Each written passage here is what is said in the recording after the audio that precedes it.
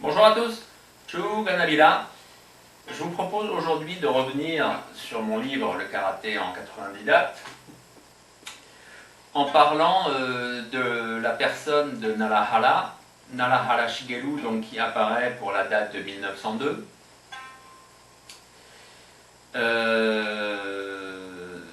Donc Narahara, baron de son état, donc il avait acquis le titre de baron, a été donc préfet d'Okinawa de 1892 à 1900, je regarde mes notes, 1907.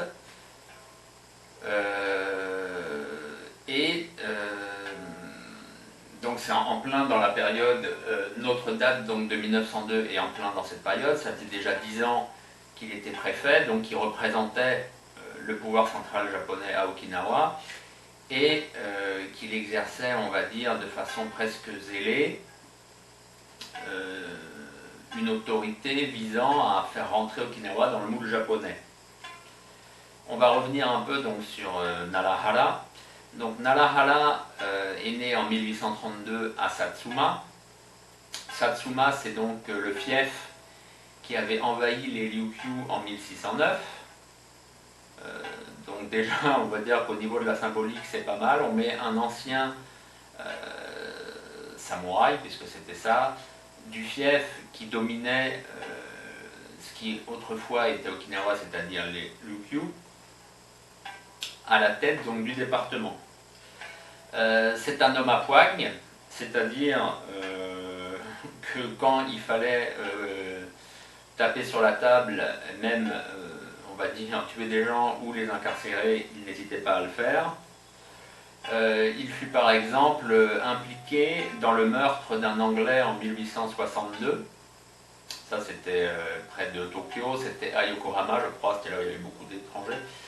On ne sait pas trop si c'est lui-même qui l'a tué ou s'il était en tout cas, s'il a pris part à la bagarre. Et pour info, donc ce meurtre a quand même conduit l'Empire britannique à bombarder la ville de Kagoshima, l'extrême sud du Kyushu, dans la foulée. Donc c'était un peu, mine de rien, déjà une guerre coloniale de la part de l'Angleterre. Bref. Donc revenons à Narahara. Donc c'est un samouraï, vu que forcément il est né en 1832, donc qui servait le seigneur de son fief, donc qui s'appelait Shimazu. J'ai oublié son petit nom, hein, vous regarderez par vous-même.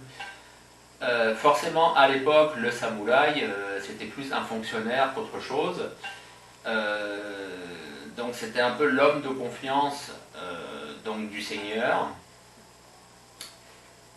Et comme beaucoup de fonctionnaires, il a vécu la fin de son fief avec l'arrivée donc de Meiji en 1868, à la fois de façon un petit peu désemparée, mais aussi il a très bien su rebondir tout de suite, vu qu'il est devenu homme politique, ou petit fonctionnaire.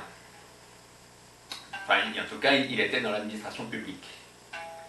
Ensuite, il est devenu homme politique, et d'homme politique, il est arrivé préfet donc du département d'Okinawa en 1892. Donc, en tant forcément qu'ancien samouraï, il était très fidèle à l'État japonais, qui était son nouveau seigneur en fait, tout simplement. Donc comme j'ai dit au début de cette vidéo, il avait quand même dirigé Okinawa avec un peu une poigne de fer. Les détails sont expliqués dans mon bouquin. Il mit en place différentes mesures pour japoniser Okinawa et pour justement pour faire un peu table rase des administrations précédentes qui entre 1879 et 1892 avaient été partisanes d'une administration, on ne va pas dire molle, mais en tout cas qui laissait beaucoup de marge encore aux particularismes locaux. Donc avec Narahara, tout ça c'est fini, on essaye bien japonisé Okinawa, et donc c'est pour ça que j'en parle en fait, puisque cette date de 1902, qui est en page 14, en fait concerne une action que Narahara avait entreprise pour un peu forcer la main aux experts de l'époque pour rejoindre le moule des arts martiaux japonais. Je vous laisse découvrir tout ça, donc, ainsi que 89 autres dates, 89 autres événements dans ce livre, vendu donc sur Amazon. Vous pouvez aussi me contacter via Facebook si vous voulez un exemplaire dédicacé. J'en viens pour finir au mot du jour. Le mot du jour, quand on pratique les arts martiaux, il peut vous être utile, vu que c'est comment est-ce qu'on dit « j'ai mal »,« aïe ». Ça fait mal, aïe, enfin voilà quoi. Et bien, c'est tout simplement akka. Donc quelqu'un vous fait un point de pression dans le dojo, vous pouvez plus tenir, akka, akka.